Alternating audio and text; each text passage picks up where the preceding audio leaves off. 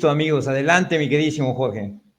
Hola, soy Jorge Melchor. Bienvenidos a su programa de Dos Fronteras. Desde New Jersey nos acompaña Simon Williams y desde Yucatán, México, Jorge Braga. Saludos a todos los seguidores, a todas las personas que nos están siguiendo en todos lados.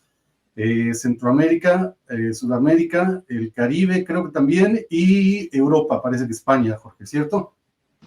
Así es. Bueno, y también vamos a abrir con nuestros nuevos patrocinadores que nos están ya enviando pues la ayuda que necesitamos para que este programa pueda continuar, para que todos ustedes estén en contacto con las personas que estamos entrevistando. Vámonos, Jorge. Excelente. Ya acaba de entrar Mike. Hey, Welcome, guys. Mike. How you guys Mike. doing? We're doing good, man. How are you? I'm doing pretty good. Sorry about the confusion there, but we're good now. Okay, So- perfect. We are already live, right, Simon? Yeah. So, All right. all right. So, should you wanna sit and take a break later, or is the gym there? Where are you, Mike? I'm in Phoenix, Arizona. Cool, man. Yeah, I'm in Phoenix, Arizona, in a Muay Thai gym. Believe it or not, getting ready to train a few athletes. Cool. So I've been Cool. staying involved with sports that way. You know. Wow. Yeah. So that's amazing, isn't it, Simon? It's like we have Mike here for, one of the best fighters Yeah. for 1990 something. How long have you been? You can tell the people who are listening us in Central America, South America, Spain. Who is Mike, and how long have you been training though? Well, what happened was I grew up wrestling. I started wrestling when I was 12. And the wrestling career took me into high school and having some success and on to college where I won a national title for this school, Iowa State. And then had an accident, So for 3 years, I was kind of injured. So I started coming back to try to make the Olympic team. That was my childhood dream, is to win the Olympics. So I started making my comeback there, and in '96 I got second at the U.S. Olympic trials. In 2000 I got third, but both years I went as an alternate. The first time it was mandatory. The second time I was chosen to go to Sydney, Australia as an alternate. After that, and even before that, 4 years before that, I say 5 years before that, I actually fought in underground fights here in Phoenix. Like there were fights, no sanctioned or anything, but you'd fight like 3 people in one night. And I did a couple of those and won. And Mark Kerr, you guys know him. He actually had fought. Yeah. Mark had fought in I want to say Sao Paulo, Brazil. And when he came back, I went to visit him in the hospital because he said they were going to cut his arm off because his tooth went into his bone and it got infected. This knuckle here got infected. So I went to visit him, say, hey, man, don't worry about it. It's going to be fine. And he's like, forget it. If I'm not going to let him cut my arm off. So he kept his arm and it ended up being okay. So sometimes when they tell you we got to cut the arm off, sometimes it might not be true. So anyway, So Mark won the tournament. And I decided if he can win, I can win too. So the next time they had a fight in Sao Paulo, I went and I actually trained for that fight. I mean, I was getting ready for it. I wanted to win. And I went down there and won the 3 fights and won the belt. And that was a good feeling, and then from there, I think I fought in the UFC. And this is crazy. I did not train for this fight. They called me on Sunday. I fought on Saturday. So I went to LA and I worked out with Sakuraba for a day from the Thai championships. And since I was beating him so easy, I figured, they said he's good and I just crushed this kid. So I should be able to win the fight. So it gave me confidence. And my opponent changed from Higan Machado to Conan Siviera to Joe Pardo. So I ended up fighting, and all in a 6-day period. And I ended up fighting Joe Pardo, and I won the fight. And at that point, I just didn't take it serious. I just thought it was, you know, believe it or not, I thought the sport was an easy sport because I was wrestling and wrestling was so difficult and I wasn't getting tired or anything and things seemed pretty easy. But then I got a phone call on I want to say a Thursday night, the 2 days before Saturday, a week from that Saturday, I was going to fight in Brazil. So my neighbor had a garage and some bags. We went in there and trained. I didn't know who I was fighting. So I ended up fighting Vanderlei Silva in Brazil Yeah, yeah. in a super You- fight. And I'll tell you what, that was the first. I thought he was really, really prepared for the fight because when he came out like gangbusters, you know, like trying to. And I was like, whoa, this guy's tougher than everyone I fought. So I was fighting him, and I figured I was thinking during the fight, and you know, when you think you're in trouble, so I was thinking, how am I going to beat this guy? I'm going to throw him into a submission and try to take his arm out, is what I was thinking. And when I let him up, that's when everything went like this because I slipped. I went against the cage. He hit me in the head. yeah, And so next thing you know, I was waking up. I got knocked out. wow. So, you know, I don't want to I got a long story, guys, but I joined the Army after that. I went to the Olympics as an alternate after that. I fought about 4 or 5 more times after that. Won half of them.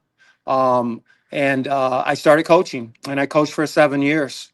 And in 2012, I was like, forget it. I'm not going to coach anymore fighting. And I moved back to Phoenix and just started helping athletes from all sports, from wrestling to softball to soccer to whatever.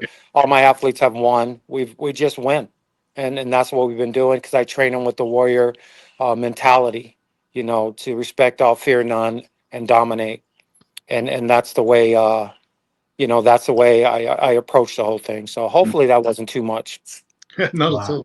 at all. So back in the day, you fought like Marker in 2000 in the ADCC, you know, one of those competitions in Brazil, I guess.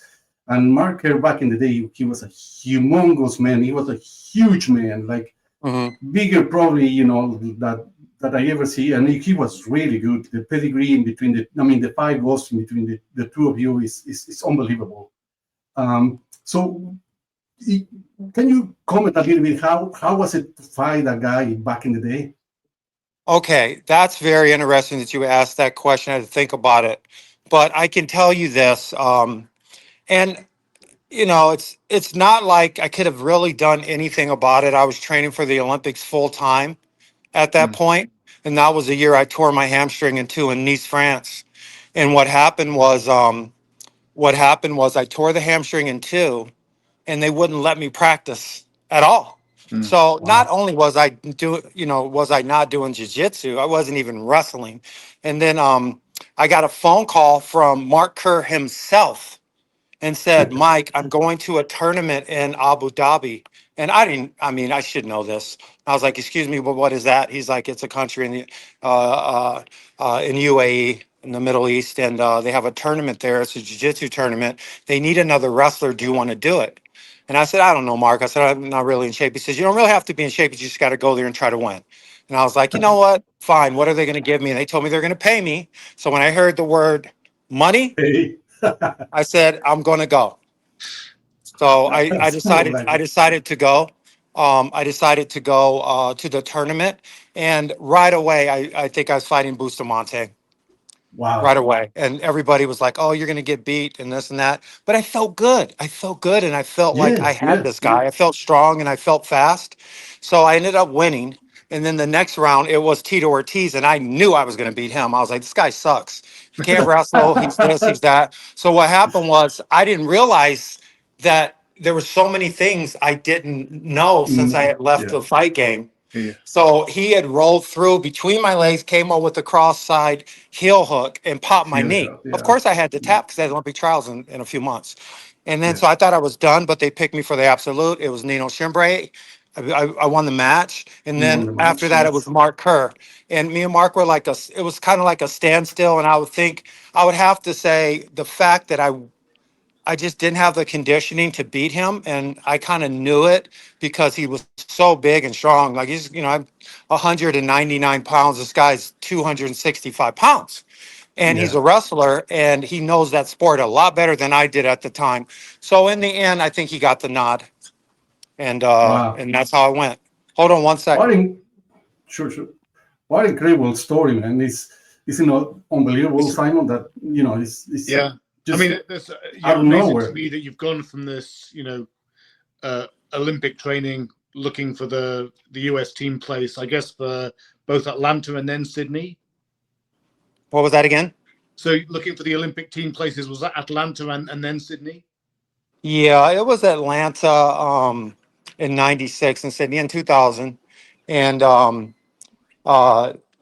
basically, I like I said, I actually went to the Olympics as an alternate twice, but I just didn't I didn't get to go there and go for the win, guys. I mean, it was kind of like I don't know, man. It's just like a feeling that just makes you feel like you didn't get the satisfaction that you needed, Sure.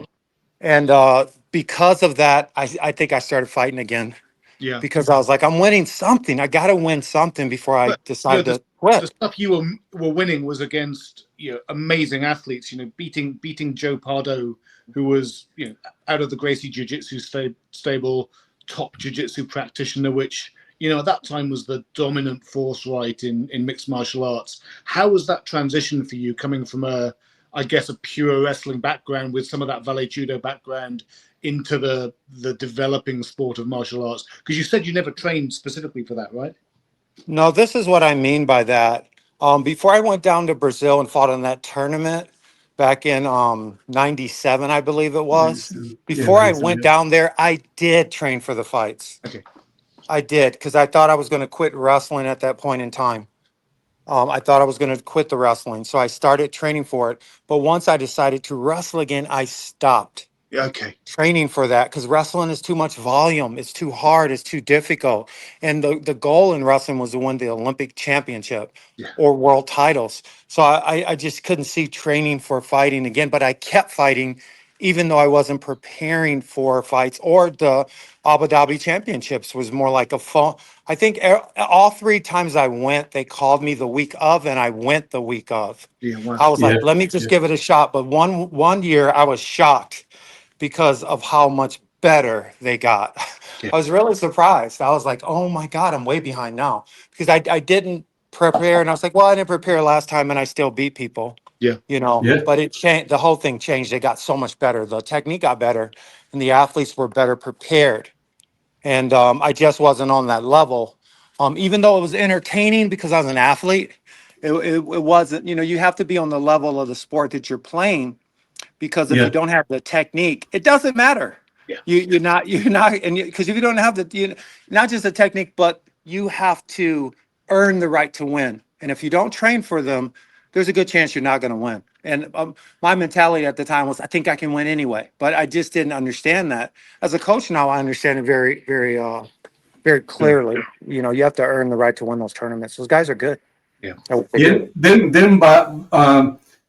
think you went from 1997 to 2003 when you faced Marcelo Garcia, and in that fight we actually have the video, and I saw the entire fight, and I was like impressed. You were getting out of his guard.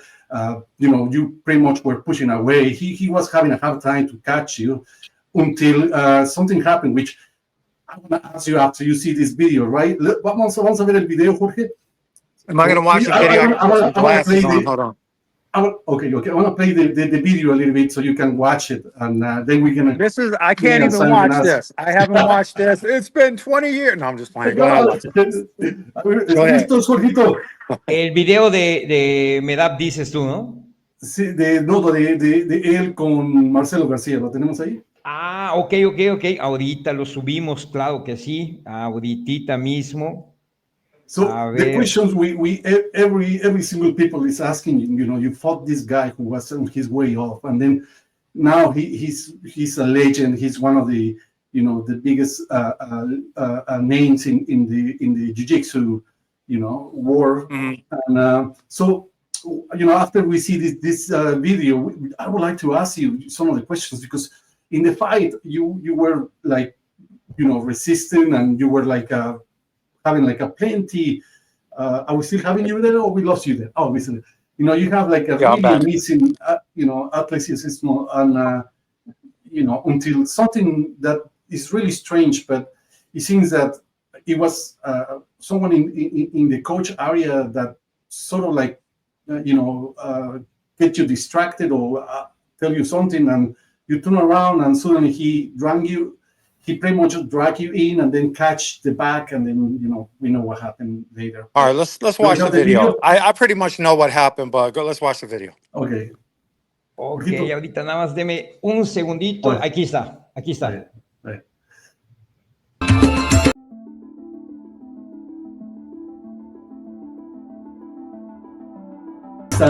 Mike.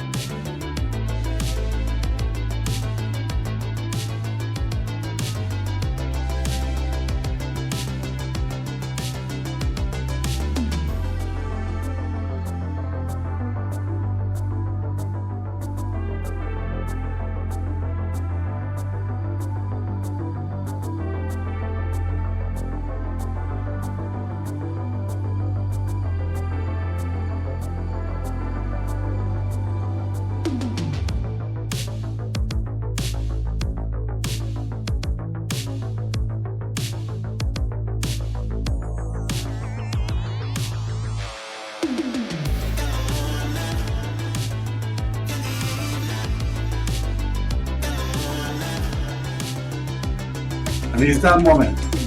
Exactly that moment. Seconds. 30 seconds on, 30 off the clock. Okay. Córtalo, Jorgito. Córtalo. Sí, como no. Ahí voy. A ver. So, right in that moment, Mike, you look to the side, and he just android you, and then jumped right away to the back. So, could you comment what happened in that moment? Did someone just call you? Someone, in your corner?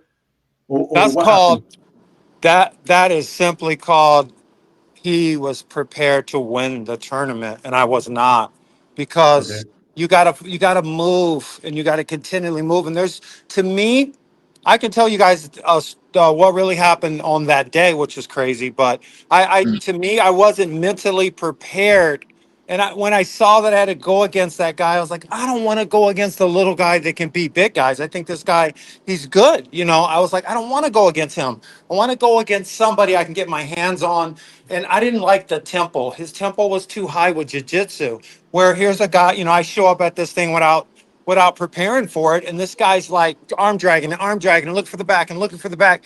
So what I should have done is I should have shoulder rolled out and went down and, on my back, but I was unwilling to do that because it wasn't very good off my back because I never practiced it, so once he got onto my back, there was no getting him off because he's an expert at that particular choke. And, I just found myself in a bad situation there that day. But, he's really good jiu-jitsu practitioner, probably the best ever pound for pound. I think he went on, and I don't know if he got first. No, I think he might have gotten second in the tournament, maybe third. But he went on to beat others after that match. That was in the first round of the Absolute. Yeah. That was in Brazil it too. looked like in that fight, Mike, that you were in really good control up to that point, and you didn't look like you were panicked in any way by the tempo. You looked like you were in control, and it was just at that moment, I guess, that it suddenly looked like something had made you look away. But I get that you're obviously someone who doesn't make excuses in terms of preparation, in terms of training or anything else. But it was just that moment where we looked at it and thought, wow, that's it looks. Yeah, like that was a little bit strange, Yeah. Because you look a little bit to the side and he android you, but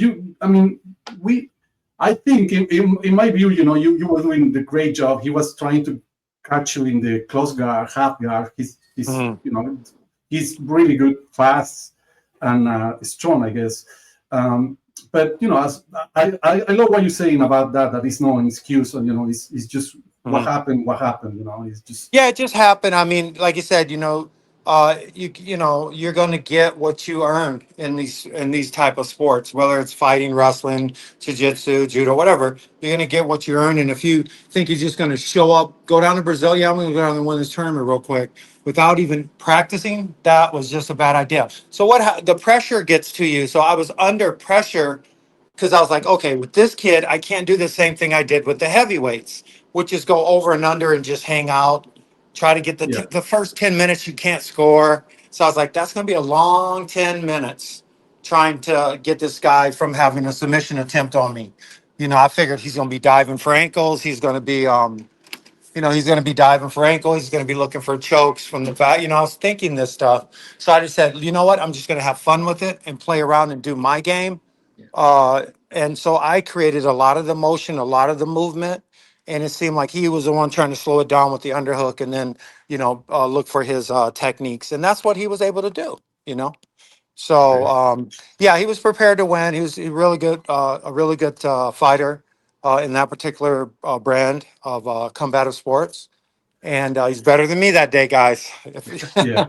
He was better than me that day, that's for sure. So then you went to, I mean, you actually fought Vanderlei Silva. You know, he's a monster, and you know, your background was wrestler. How, you know, do you mind if I ask you, like, how's the for a wrestler back in that day? How was the transition going from wrestler to mixed martial arts, boxing and kicking? And it seems that you were also controlling Vanderlei Silva in the first time that you were fighting him. At the end, when he started, you know, when the stand up goes, you know, I can see a little bit of your boxing or defenses on top were a little bit off, maybe because you got hurt by one of the kids or something. And Yeah, explain. you guys, I don't even know if I want to tell you guys the honest to God truth at this point, because what you just named was two of the greatest combatants in their particular sport that there's ever been. You know, at one time, Vanderlei Silva was the number one guy probably in the world. Yeah. Marcelo Garcia in Jiu Jitsu, number one guy in the world. And here I am telling you what really happened. I don't even know if I want to do that anymore because I Okay. don't want to come off as just make an excuse or anything. But like I said before, when I fought Vanderlei Silva in Brazil, I found out on Tuesday. I fought him on Saturday. So this is no time to prepare to fight Vanderlei Silva. Mark Coleman called me and said, "Do you want to fight in Brazil?" I said, "Yeah, I do." When? He said, "Saturday." Okay. And I said, "Who am I fighting?" And back then they had a list of the top 100 guys at each weight. He said he's at 85 pound. Fights 185. And I said, "What's his name?" And he told me his name was Da Silva, and I couldn't find anybody. Yeah. So I was like, Mark, I'm not in shape, but I'll take the fight. So I went down there, and that's who we fought. We fought a guy who was prepared to win and determined to win, and he won. You know, he won the fight. You know, I mean, I felt like if I would have prepared for that fight, I would have had a really good chance to win. Looking at what Chuck Liddell was able to do, just hold someone down the whole time. I couldn't get my brain to wrap around there because it was 1 30-minute round. And once again, psychologically, if you know you didn't earn that, you thinking, hold on, how am I going to get out of here quick? So I'm out there trying to think against this guy, and he's not thinking at all. All he's doing is fighting hard. And that's what we were doing. And I'm sure I was giving him a good contest because of my ability to wrestle and my speed. But perhaps I was winning the fight just because I was holding him down and controlling him. But in the end, I didn't have the patience to continue to stay on top of him like Chuck did. Chuck just laid on top of the guy. He beat him up. The guy couldn't get up, so he won the fight. And he got Yeah. knocked down a few times by the guy. But so, I'm just saying, if you don't prepare, you're not mentally tough enough. And that's what the problem was. I just wasn't mentally tough enough to actually win that contest. But that also And I ain't gonna helped lie, he was a vicious fighter. Like I just seen the you. Yeah, guy, he like I'm was. like, this guy. I was looking at his, like I looked at his eyes before the fight. It's like this guy's over here crying and stuff, and I'm like, hold on a minute, what is going on here? I'm fighting somebody who is like emotionally 100% tuned into this and what he's doing. So I gotta have to get this guy out of here because this 130-minute round and. People were, it was a brutal night. All I saw was brutality in that ring. Everybody was coming back, stitches here, stitches there, broken hands, eye hanging out. Nah, it was brutal. So I was like, okay. I seen Chuck's guy come back. Pele came back, and his head was hanging over here. So much blood was off the side of his head. I was like, wow, he got beat up like that. And he did not get knocked out or quit. And then when I saw him go backstage, he went and sat in the corner and nobody said hi to him. No ice, no trainer, no nothing. He just sat in the corner and backstage to himself and just sat there. And I was like, that's not happening to me. And it did. And I just got knocked out. So it, it turned out to be in Silva's favor, but that's a true story. If you want the true story, I'll tell the truth. Many years ago, I would never tell you the truth. I would just say, "Oh yeah, he beat me up." Yeah. But that's what happened. I just was not. I was ill prepared to face anybody. But in my mind, as a wrestler, I thought I could win anyway. Yeah. And it's just not the case when you fight a guy like that. Because he was probably willing to die out there. At that point. Yeah. You know.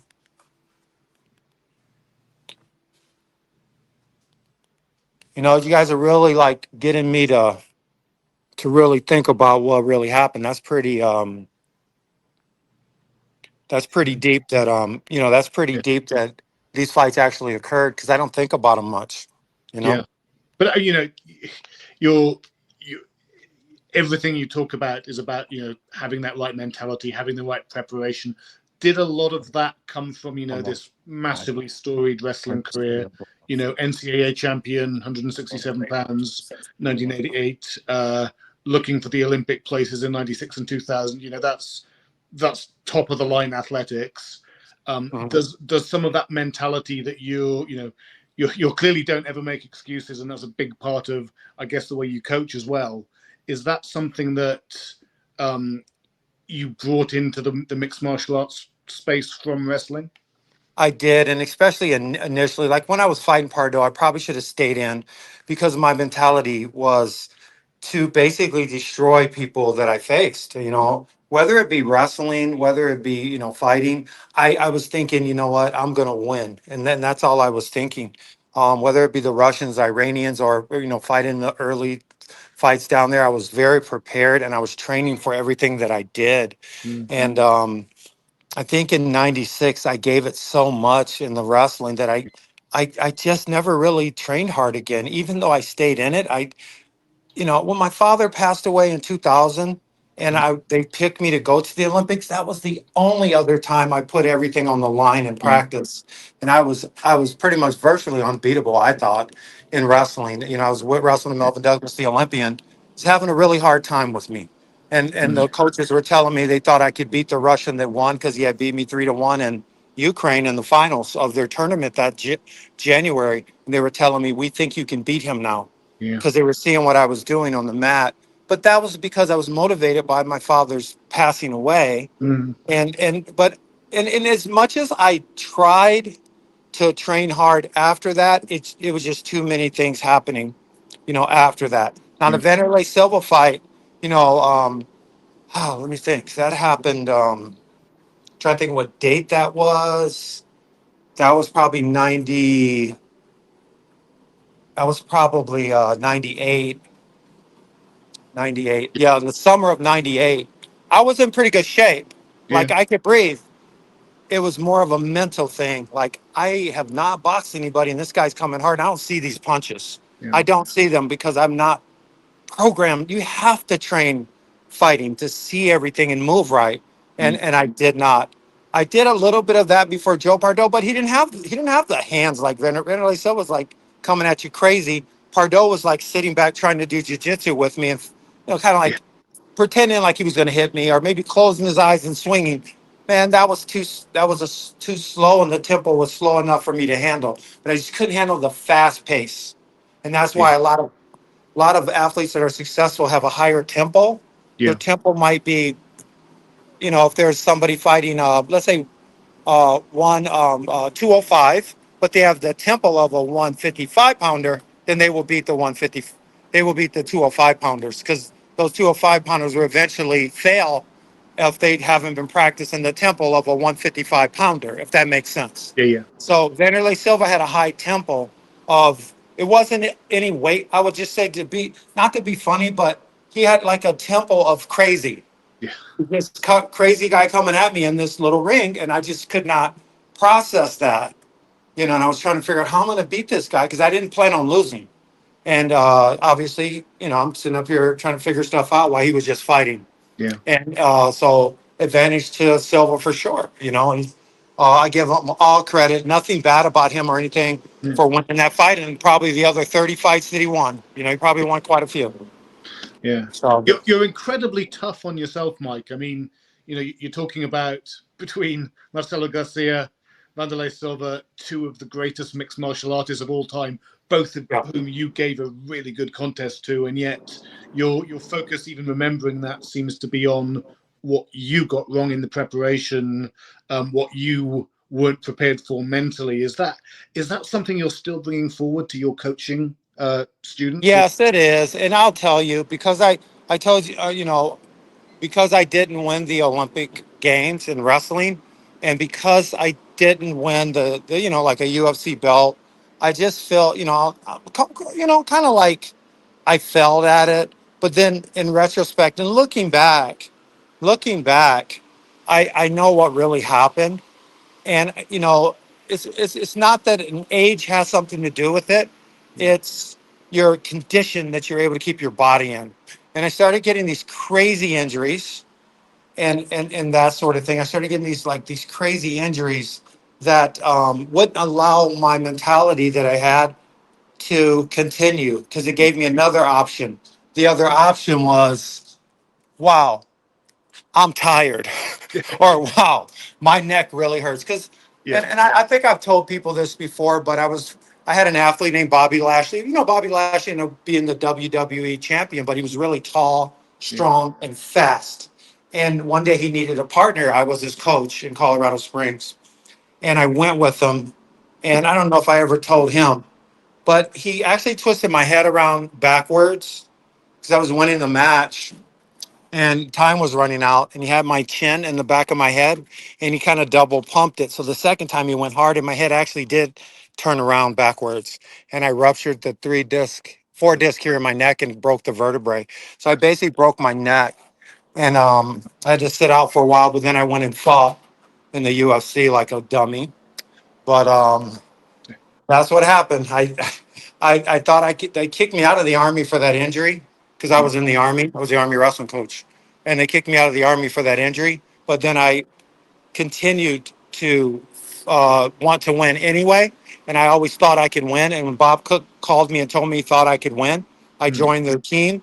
And then he realized I had a major injury. So we tried to do it anyway, he and I. We tried to work our way around the injury. But when you don't have disc in your neck, it's kind of hard to work your way around that injury. And that injury happened probably in 2002. So anything after 2002, I was operating with that severe injury. Yeah. And it's all my fault. I mean, I probably shouldn't have done that. But the spirit of athletic, just being a successful athlete was still in my head, even though I was coaching. Yeah. And I made a run at it because I figured you only go around once. Thank God I didn't get hurt worse. Yeah. Since then, I fixed my neck, and I was actually able to go with all my athletes. I boxed them, I wrestled them, I did everything with my athletes, all the guys I trained. So I was able to compete in practice with my athletes, and that way I was able to coach them better because I could feel where they were strong and where they were not so strong. Yeah. So I got the surgery in 2006. So after that, I've been great. I feel great. I feel great today. Yeah. So I feel great today. So. Amazing. But I mean, even after you suffered those injuries, you still came back. You fought UFC Hall of Famer, another wrestler, Randy Couture, Yeah. August 2005. So you were Yeah. still, despite those restrictions, operating at an unbelievably, well, the highest level there is, right? Yeah, I was trying to get the, I was trying to get the belt. I was trying to get the belt. Like Joe Silva, who was a matchmaker, actually told me he wanted me to win the belt. I didn't tell him I hurt my neck or anything. I just said, forget it. I'm gonna try to win this baby. And Bob Cook was behind me, and I wanted to win for Bob Cook. Like I wanted, you know how you get that coach and you want to win for him? He was the guy. I really liked this person. I wanted to win the fight for him. We knew what, in that fight I was up against quite a bit for the conditioning thing. It just wasn't in the condition to beat him, but we were like, let's beat him anyway. I think I can catch him and knock him out. But as soon as I hit him, he did something I did not want him to do. He started wrestling. He started because he didn't think I was going to have the hand speed and the uppercuts and the hooks. But I hit him he tried to go grab me in dirty box, and I hit him with the shoulder down, and I came with I came with some of that and this and that. And the last two punches caught him. And when he got caught, he said, "No, we're going to wrestle." But when he said, "No, we're going to wrestle," I got so tired that I lost my hearing and sight. Like I was trying to see him, and I told Bob, I can't see him. Where's he at? He's like, he's right there. I was like, I see blur and I see a dark spot. He said, that's him. Hit him. That's a true story. You can call Bob Cook and ask him. Hit him. Because I told Bob, my heart's over 190. Bob, my heart's over 190. I can't breathe. I can't slow it down. I think I'll pass out. He was like, just fight anyway. He told me Randy Couture was tired, and I refused to believe that. I was like, no. But the thing was, I really couldn't see him. And he was like, look at him. And when I finally could see, he was bouncing up and down. And I thought my coach was lying to me. But I think Randy was probably just as tired as I was. So what was surprising you, Mike? Do you think, like talking about Randy Couture, he's one of the legends in the sense of like changing levels and also being known by the dirty boxing that he was bringing. Also that he was a wrestler, but then coming out with this dirty way of boxing and changing the levels surprised so many fighters. This light heavyweight matchup. Oh, we have Jorge. One second. Sure. Give me 10 on each way. 10 on each way. Okay, go ahead and ask me again. Sorry, I was talking to one of my clients. So what do you think about, he's one of the legends about, the dirty boxing and changing the levels in the fight. He's a pioneer of that strategy. So what do you think now? You learn so much from all of these fights, all of this experience. And Simon also says, do you use all of that experience to teach now to your students, or what do you keep and say, this is what I want to teach my guys now? That's a great question. I'll tell you the truth. I learned a lot from Bob Cook when I was at AKA, but I learned probably 80% of what I know now after I quit.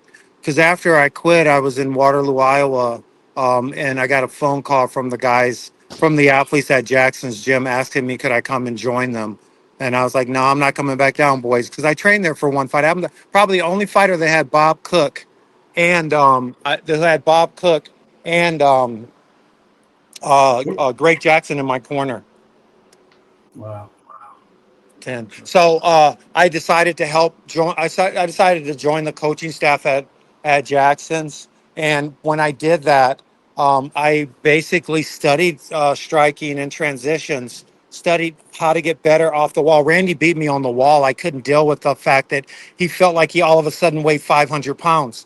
But out in the open mat, you could see I was able to take him down in the open mat. But against the wall, he was a master at working against the wall. And I don't know if you guys know it or then at AKA, we didn't have a cage. We had a little wall, but we didn't have a cage. And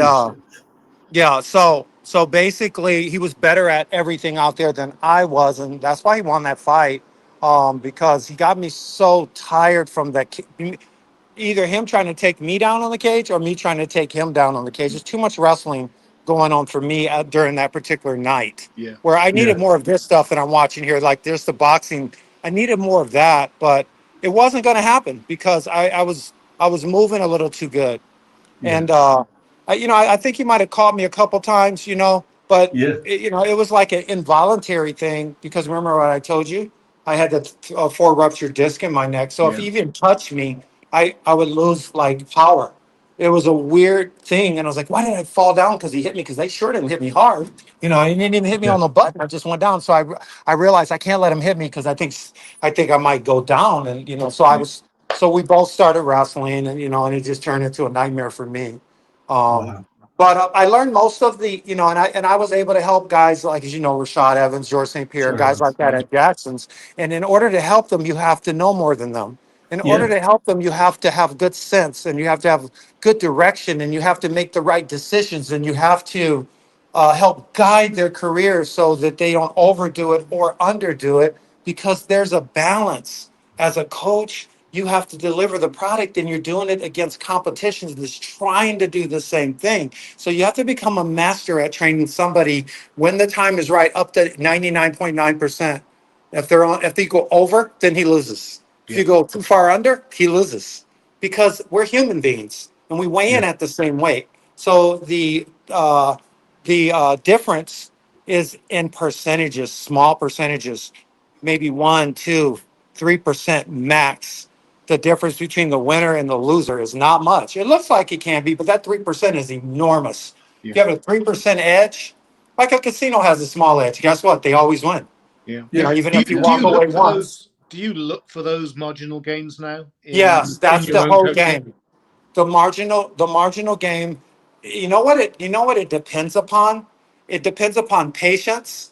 It depends upon what systems you're using to train your athletes. And it depends upon the sequence of events. Meaning the sequence of events, everybody knows what's in a cake, Yeah. but do they know the order in which to put it in? Do they know the temperature of the oven? That sort of thing. The systems that you train, are you using the mitts? Are you using the heavy bag? Are you using shadow boxing? What are you doing to train Exactly. your person for this game? Mm. I happen to learn from the old school people, and I happen to study them, and I found out, a lot of people hold mitts. I mean, this is something might be controversial, but I think shadow boxing and hitting heavy bags teaches you distance better, and you can get more repetitions in of perfection hitting air. And once I started doing that, and I started realizing I'm a master at 4 sets. I'm a master at controlling. I'm a master at controlling distance, Mhm. and realizing when the guy's in the red zone where you have to either hit him, avoid a punch and then hit him, or move to the right, left, backwards, or in and clench. You just Mhm. can't let a person stand there. So once I realized that, I started getting better at coaching because I started becoming a better fighter.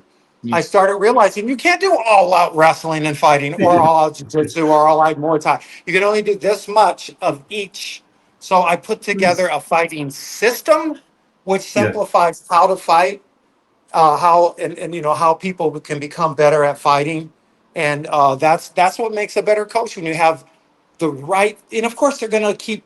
You go to jiu-jitsu practice, you go to wrestling practice, but when it comes to fighting, you have to have a system that believe in. You've done the reps, and you're so good at a few things that nobody can stop.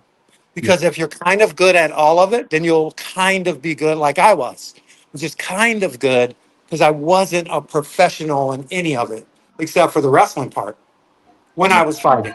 But as a coach, I became a professional at what they need to know to win in MMA. That's You unbelievable.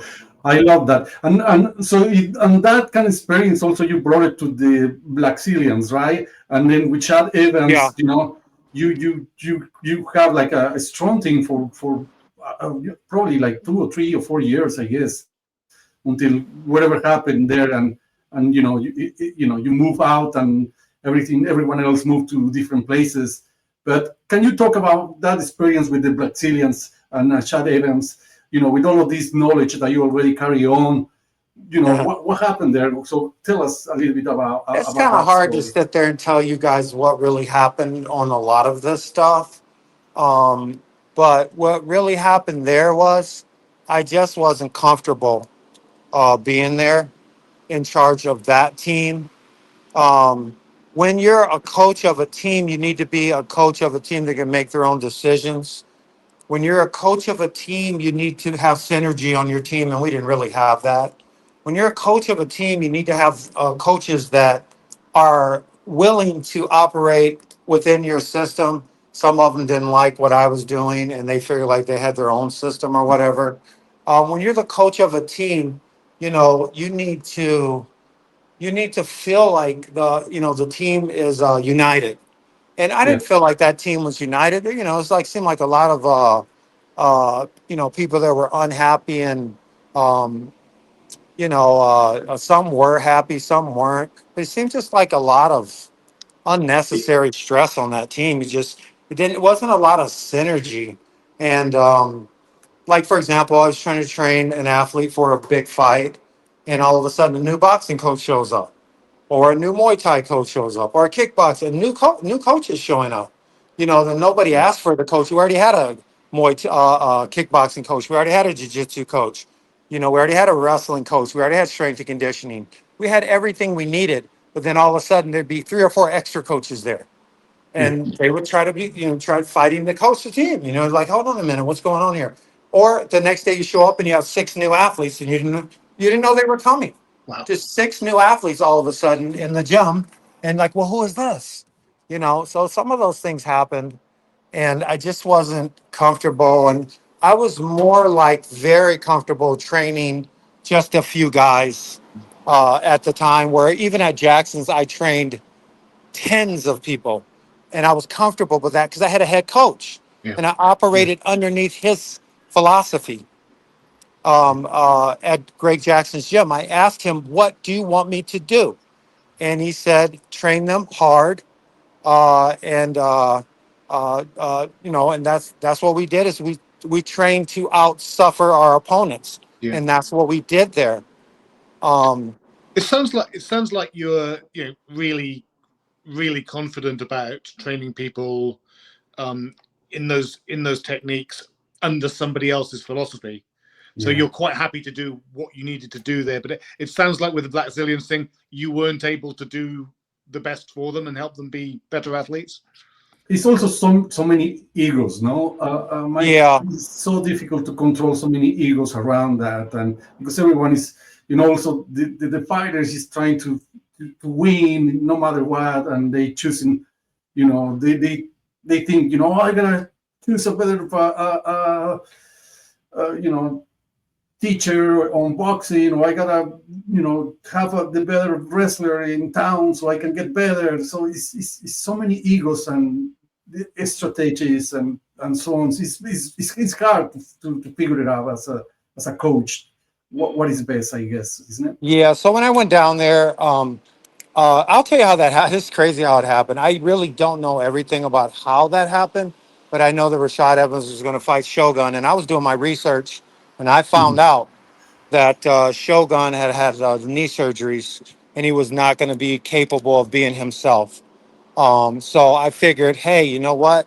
We're going to go back to Jackson's because he wanted to, and train there again because we had been at Trevor Whitman's gym, and so we were gonna go back there and train, and we did, and everything was going great. We were 7 weeks out from the fight, and Diego Sanchez runs a guy into the back of Rashad's leg. He does hurt his knee, but it's like a grade 1 knee MCL, like the stuff football players get every weekend in the NFL, right? Wow. So instead of just being a little patient, he hadn't been hurt yet, so he kind of overreacted, and John Jones got that fight. So after they gave it to John that day, he kind of got a little discouraged and decided to listen to this guy that wanted to be his manager. And we ended up going down to Florida. And how I got there was Rashad called me and told me, could I come down for 2 weeks and do a clinic? But when I got there, the guy offered me the job and asked me, could I move my family there? And I didn't really feel comfortable, so I left my family here. I went down there to train the team. The team had 5 guys on it at that point, and I thought that's what we were doing. I never seen the income go up or anything, but I just seen guys coming in an open door. There was just nothing stopping this guy, Glenn Robinson, from bringing fighters in. He just kept bringing more and more. And the more you bring in, it's like a basketball team with too many people on it. Yeah.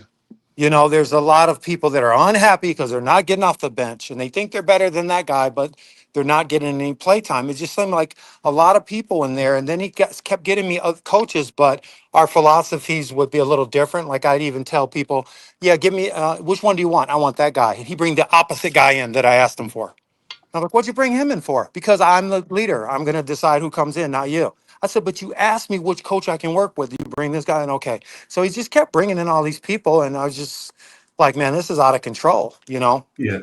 there was no family, no unity. You even had like Alistair Overeem's, guys like that in the camp running his own practice behind curtains. It was out of control. I had Roy Jones Jr. show up to show one of my guys how to box. And I'm like, what's he doing here? Rob came in to show one of our guys how to fight one day. I already got Henry Hoof over here. I'm like, why is he here? The other guy's coach showing the stuff. Why is he got to be here? Because Glenn wanted him there. So it wasn't like a Greg Jackson's gym or some of these great gyms that you have in fighting where, you know, it's like a family or whatever. And it wasn't like that. It was just too many people, too quick, and no real ability to control them all. You know, it was just too many fighters. You keep coming back to that same word, family, Mike, and you talked about the motivation after your dad's death while you were still wrestling, looking for the Olympic place. Has family been a big part of your motivation? And you family. used it a lot. Yeah, well, that's who I am. I mean, I'm a guy that believes strongly in family.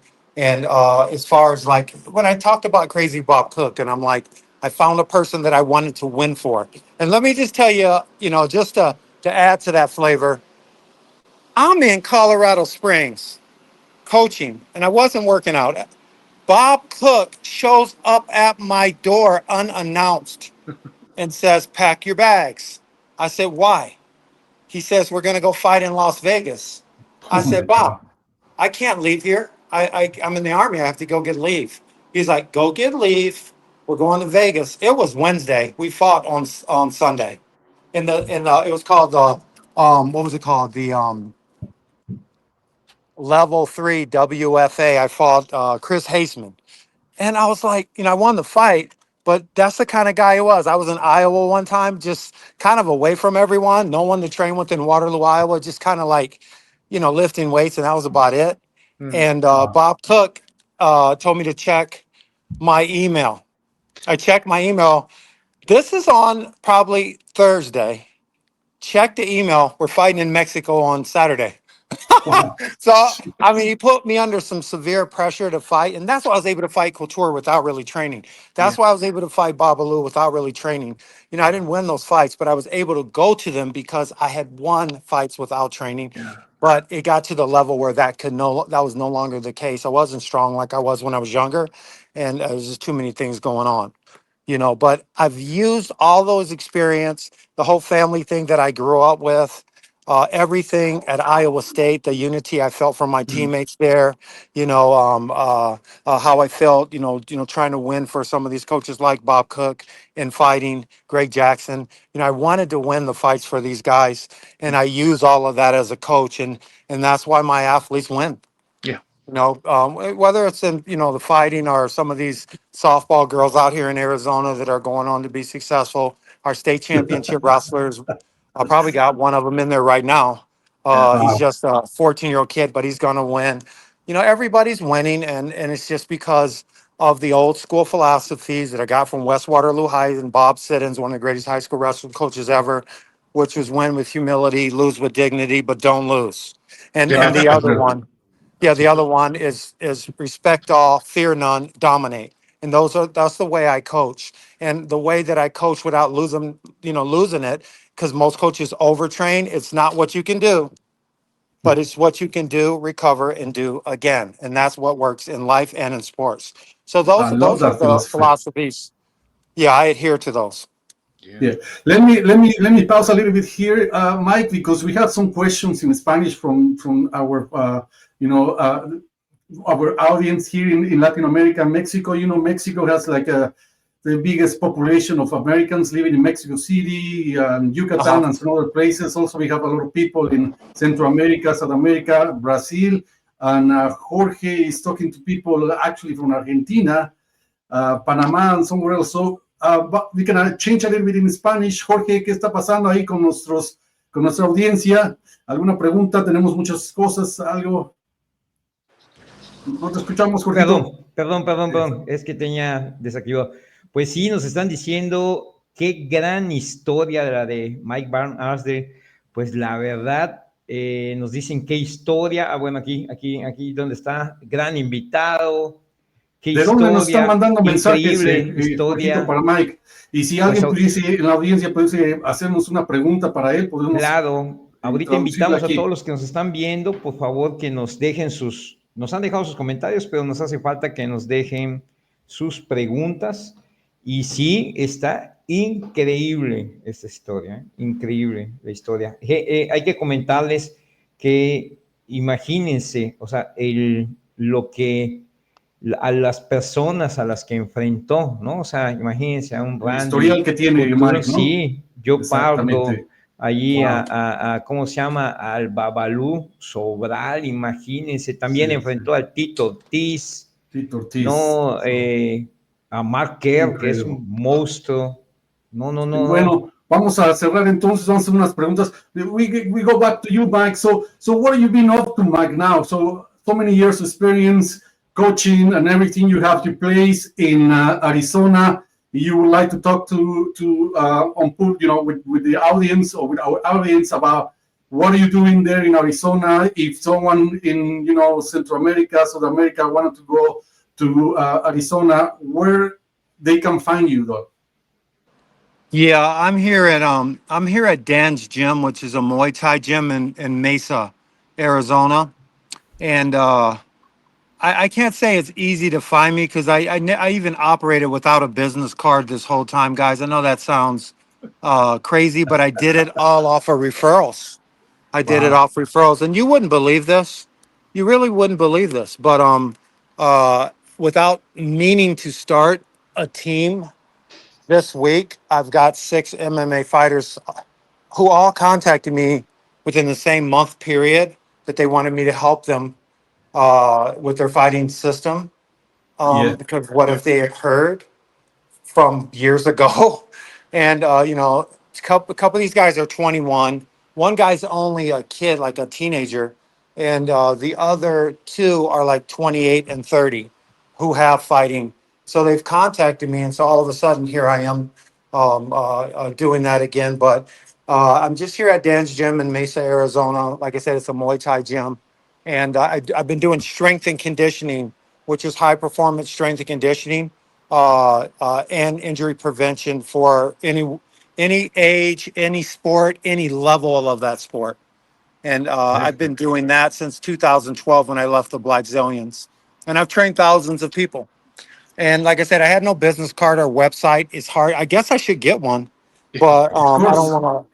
Yeah, So I think I've been successful because I don't have that many clients.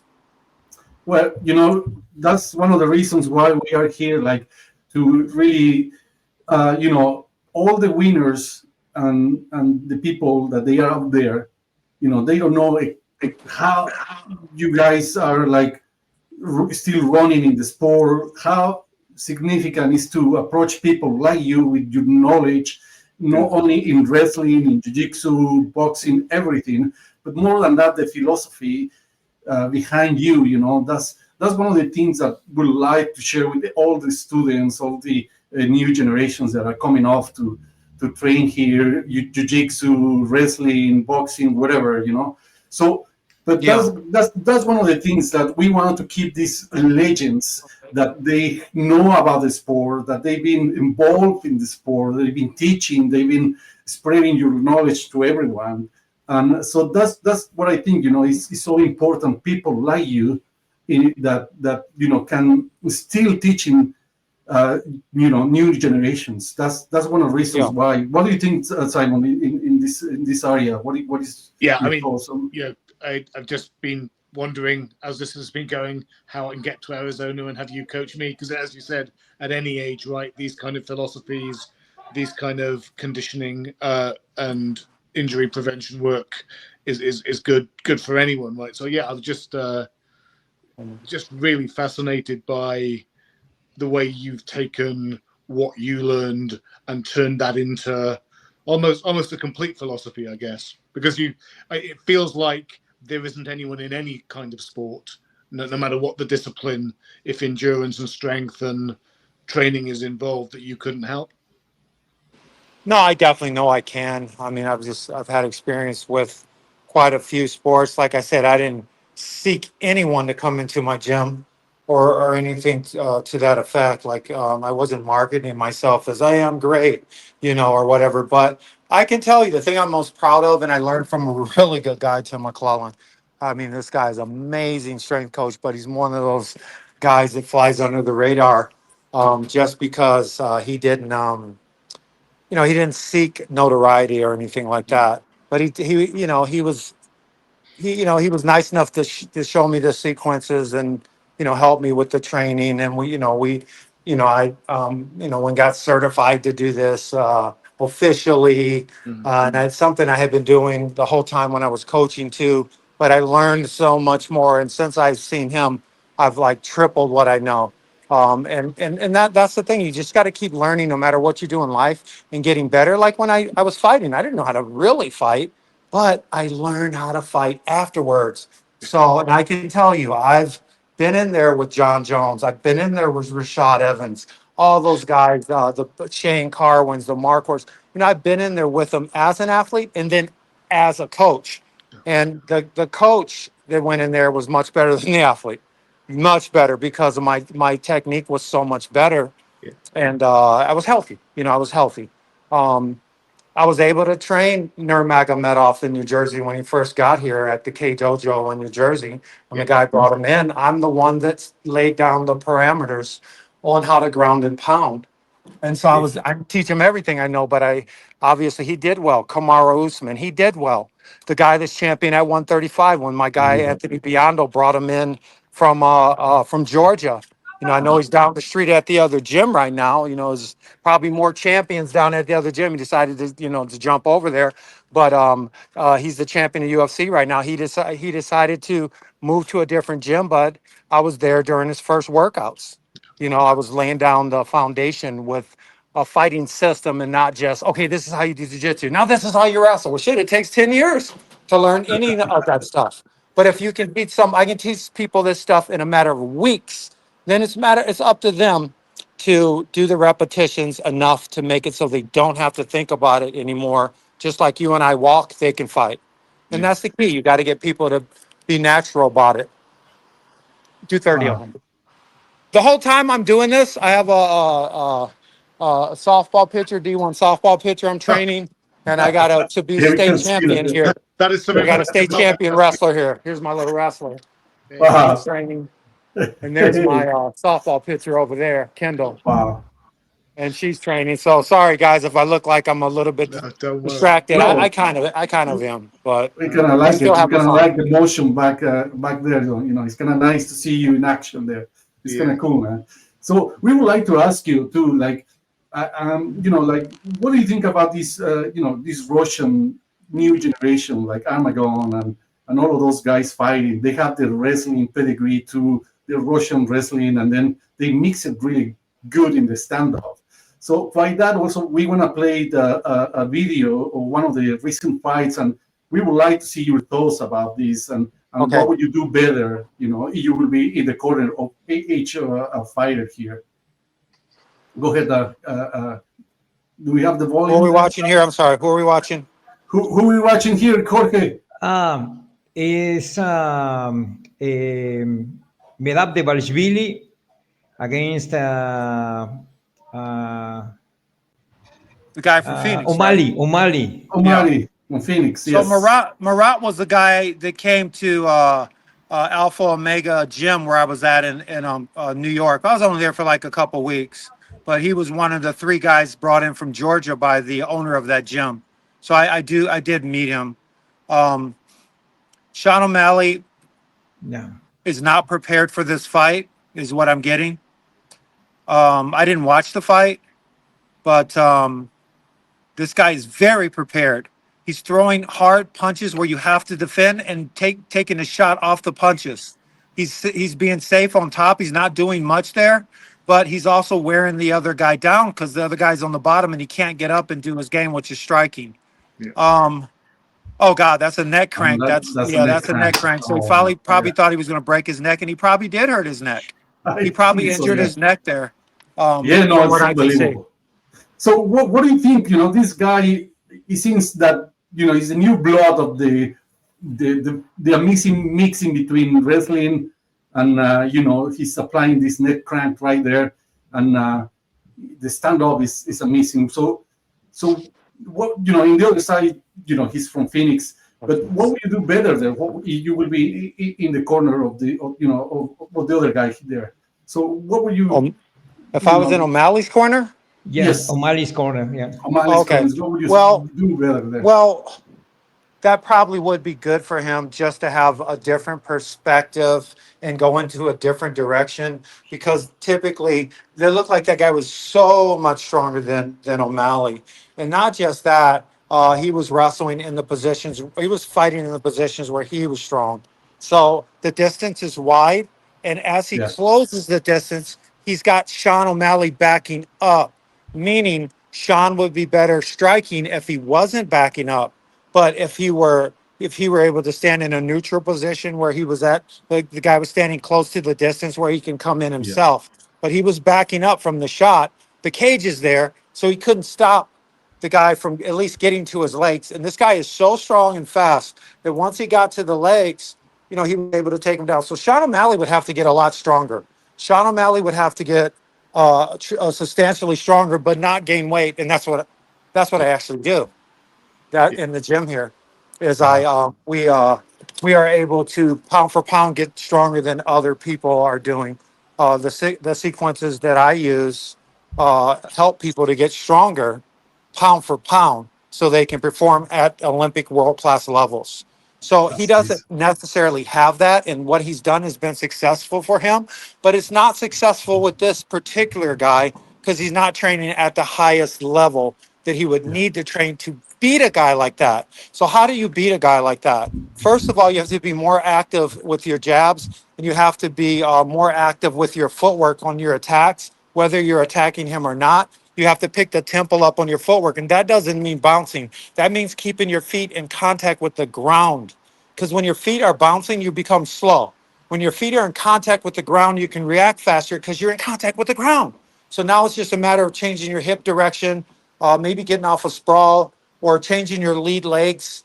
But and the other thing is, how are you attacking him with your punches and kicks? You can't do it the same way you've done because these guys are so smart. They studied the tape. They know exactly who you are. So you have to come up with a little something new every fight. A little something new every fight. So and the distance too, right? The distance, his distance in between the two of them. The distance was a little bit off. Yeah. Sean can't hit the guy because the guy's standing so far away from him. But when the guy steps into the strike zone, the guy's moving with angles up and down, and he's coming in low. So you're thinking you can time a kick on this guy, but Sean's thinking if I kick him, he's going to grab my leg because the guy has really good reflexes. It's really fast and hard to stop. So, and very determined. And you know what? This guy's living the fighter life more so than some people. I'm not saying Sean's not living the fighter life, but this guy comes across to me as a person with tremendous discipline and singleness of purpose. And all he's doing is fighting because this means his life to him. Yeah. He is the champion, and he came from the country of Georgia. And he's like, I have to win this, not just for me, but my people of Georgia and for my future. And he's not into too much of anything else but training. And he's a little monster. And in order to beat him, you have to come with almost an equal amount of pressure. You have to come with the same type of pressure. And he controls him. He controls him in any angle that you can see. The distance, the boxing, the wrestling, everything. It was flawless there, I guess. What do you think, Simon? It was incredible, isn't it? Oh, it's incredible to watch. I mean, just the intensity, apart from anything else. You know, that just continually coming forward, continually being aggressive, and quite how you handle that is, well, you know, the expert Mike has we are already the expert opinion of work over Mike. time. What do you think, Jorge? Do you think this is amazing? No, you see, old school jumping there, giving us that advice is incredible. I guess That's the amazing thing to me, is to listen to Mike explaining how you go about starting to think about combating that and preparing yourself to do it, having the mentality to do it. That's, you know, that must be so valuable to the people you work with. Yeah, but you know, you gotta understand, I'm not really teaching very many fighters now, but I've never stopped learning how to fight, how to coach. I keep studying it over and over the last 13 years since I stopped. You know, I've been doing that. And the thing is, Sean, you know, sometimes we are so used to fighting the same style because he likes the height that he stands at, where he's standing tall and fighting. But with this guy, you would almost have to practice having more bend in your knees and more lateral motion and turning tighter circles and combinations, more focused on hitting the guy in his heart and his sternum and his heart, and not trying to headhunt on a guy like this. You just keep sticking him with the heaviest jabs and maybe following up with some crosses, and move.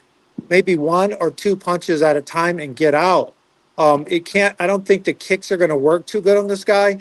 I would have to say just heavy 1s and 2s and put some weight on those punches. Don't just try to, you know, catch him with the perfect punch. Put some weight on some of those so he can't gauge what's going to hit him next. Where you might be, you know, peppering him up a little bit with some good punches, but then all of a sudden one of those is heavy. And you know, you need to hurt that guy. And you need to stop the guy from finishing his shots. You're not going to stop him with the defense that Sean was using, because it doesn't work. It only works on sorry guys or guys that really don't know how to wrestle. That guy knows how to wrestle. Yeah, And he's really strong. He's really strong. So strong, and he mixes everything on the top, on the ground, any angle. I love the way he fight. Like, you know, like it's amazing. Anyway, he could possibly beat him, but he's just going to have to do a few things differently. His current system is not working for that guy. It's probably working for 95% of the other guys, but not that guy. Yeah. Do you think they can contact you and get the advice that you just tell us now? Do you think they can? If somebody contacts me, I will help them. But that's going to be hard to do because I'm not giving you my. You guys know my phone number, but I don't want a bunch of people calling my phone. Oh, of course, we never until you authorize it. Yeah, I guess if they reach out on a show or something, you know, every now and then I listen to a podcast. You know, I probably would. As a matter of fact, you know, it's crazy. Big, you know, Brad Tate. Do you know Brad Tate? No. You don't know Brad? No. Brad actually gave me a call talking about this fight right after it happened, asking me questions about it. So I had it in my head. I'm surprised you guys showed me that fight. Yeah. No, we have you here. We know what exactly. We were reading your mind, Mike. Anyway, so I think it's the time is off, Jorge. I think you know, we really appreciate the time that you have with us, the time that you have with the whole people who are listening us in Mexico again, Argentina, everywhere else. I think they will really appreciate your opinion. You know, you are a true fighter, a champion for us, and you know, we all believe that you know, you still have so much to pass to the new generations. What do you think, Simon? What do you think, Jorge? Thank you, Mike, so much for your time. It's been a real privilege and amazing to hear you talk about your career and your philosophy. Yeah. It's a big deal. Thanks for having me on, guys. It was my pleasure. You know, to come on and talk to you guys about some of these things. And you know, like I said, it's tough to tell. You know, it's tough to tell the whole story. But I was able to finally do that with some of the, not all of it, but I was able to do that with you guys. About most of the stuff that we talked about. Some of it is painful, and I just don't want to talk about it too much, but it was really good for me to be on with you guys, and I enjoyed it. We really appreciate it. We really enjoyed it. I mean, this is amazing. Like, I don't know, Jorge, what do you think, to learn from a guy like that, fighting one, tons of people that they have like biggest career, and they are fighters now. They are a legend. For us, Mike's still a legend too as well. What do you think, Simon? In your own town, that there are new generations jumping into wrestling, jiu-jitsu. Where I'm from in Wales in the UK, there's a bunch of people taking up jiu-jitsu, a bunch of people taking up mixed martial arts. Some of them coming from boxing, karate. Boxing's always been quite big in Wales. You mentioned Roy Jones Jr. earlier, who fought Joe Calzaghe, who's our local boy. It's they will love to hear from a guy with your career, your background, and your success. Cheers, man. Thank you so much. We really appreciate your time. Thanks for having me on, guys. Mike, thank you so much. We really appreciate it. Have a good day. Hay que despedir el programa con nuestro comercial. Gracias. Sí, por favor, ahorita vemos nuestro comercial y nos despedimos, por favor. Muchísimas gracias a una leyenda, Mike Van Arsdale.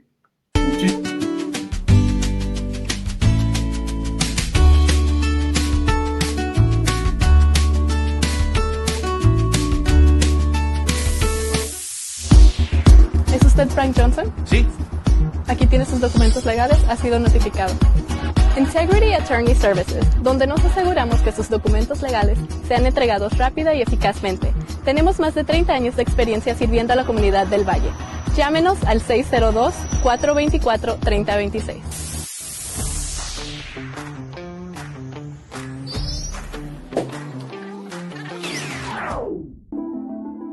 Hi, this is Kurt Osiander. I'm just posting this video for you guys there in Latin America. I apologize for not making it on Saturday. I'll try to get a reschedule and be on that podcast to talk to everybody there south of the border. Have a great day.